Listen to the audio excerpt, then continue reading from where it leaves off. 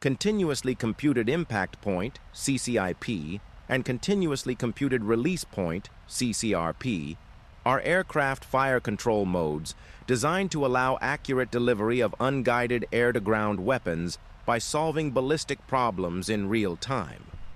Rather than relying on pilot intuition, fixed sights, or pre-calculated tables, these systems continuously compute where a weapon will land or when it must be released using live aircraft and environmental data. Together, CCIP and CCRP represent the point at which air-to-ground attack transitioned from visual estimation to real-time computer-assisted precision long before the widespread use of guided munitions. At their core, both systems exist to answer the same ballistic question. How does a free-fall or propelled weapon behave once it leaves the aircraft? Once released, a bomb or rocket becomes an independent projectile subject to gravity, drag, and its initial velocity, which is inherited from the aircraft. The difference between CCIP and CCRP lies not in what they calculate, but in how the solution is presented to the pilot and when the weapon is released. To make this possible, CCIP relies on a constant stream of data from the aircraft's avionics. The inertial navigation system provides attitude and acceleration. The air data computer supplies airspeed and altitude, and weapon-specific ballistic data accounts for drag coefficients, mass, and release characteristics. Using these inputs, the system solves the projectile motion equations in real time, predicting where the weapon will intersect the ground. Importantly, CCIP does not aim the weapon. It only shows the pilot where physics says the weapon will go if released immediately. A practical example helps clarify this. Imagine a fighter conducting a dive bombing run from medium altitude. As the aircraft rolls into the dive, the CCIP pipper appears high on the HUD, far from the target. As the aircraft descends and the dive angle steepens, the predicted impact point moves down the display. The pilot adjusts pitch and roll until the pipper overlays the target. At that instant, releasing the bomb will result in an impact very close to the displayed point. The system does not care why the aircraft is in that position. It simply reacts to the current state of motion and continuously updates the solution. CCRP approaches the same ballistic problem from the opposite direction. Instead of asking, "Where will the bomb land if I release now?" CCRP asks, "When must I release to hit this point?" In CCRP, the pilot designates a target first, either visually through the HUD or via sensors, such as radar or a targeting pod. Once the target is designated, the computer treats that point as fixed in space and continuously calculates the optimal release point based on the aircraft's current flight path and weapon ballistics. In this mode, the pilot no longer aims the impact point directly.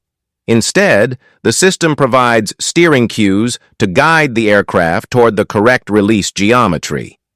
As the aircraft approaches the computed release point, the system counts down to release and either cues the pilot to press the release button or automatically releases the weapon when all conditions are met.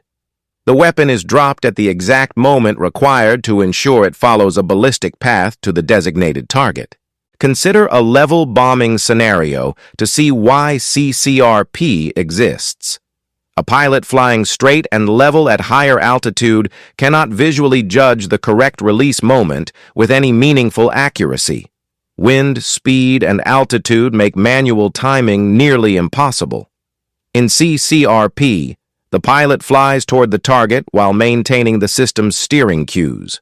The computer tracks how the aircraft's velocity vector intersects the target point and determines the precise instant when releasing the bomb will place it on the correct trajectory. The pilot's workload is reduced to maintaining stable flight until the system commands release.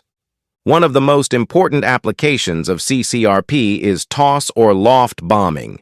In this type of attack, the aircraft approaches the target at low altitude, then pulls up into a climb and releases the weapon while still pointed away from the target.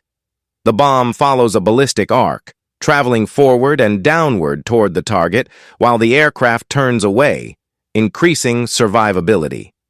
Without CCRP, the timing of such a release would be extraordinarily difficult. With CCRP, the computer accounts for the climb angle, speed, and weapon ballistics and releases the weapon at exactly the correct point during the maneuver. Despite their different philosophies, CCIP and CCRP are deeply related. Both rely on the same ballistic models and sensor inputs. The difference is primarily human interface-driven. CCIP gives the pilot a continuously updated visual impact prediction and full control over release, while CCRP automates the release timing once a target has been designated. In many aircraft, switching between the two modes changes very little in the underlying computation, but dramatically changes how the pilot interacts with the system. Over time, these systems evolved alongside advances in computing power and displays. Early implementations used analog computers and simple optical cues. Later, digital systems integrated HUD symbology, more accurate navigation data, and extensive weapon libraries. Aircraft like the F/A-18, A-10, and JH-7 refined CCIP and CCRP into highly intuitive modes that remain in use today. Even modern aircraft delivering GPS-guided weapons often still use CCRP logic to determine release geometry, showing how fundamental these concepts remain. In essence, CCIP and CCRP transformed air-to-ground attack from a skill dominated by estimation and experience into one governed by real-time physics. They allowed pilots to focus on flying and tactics while trusting the aircraft to solve the math.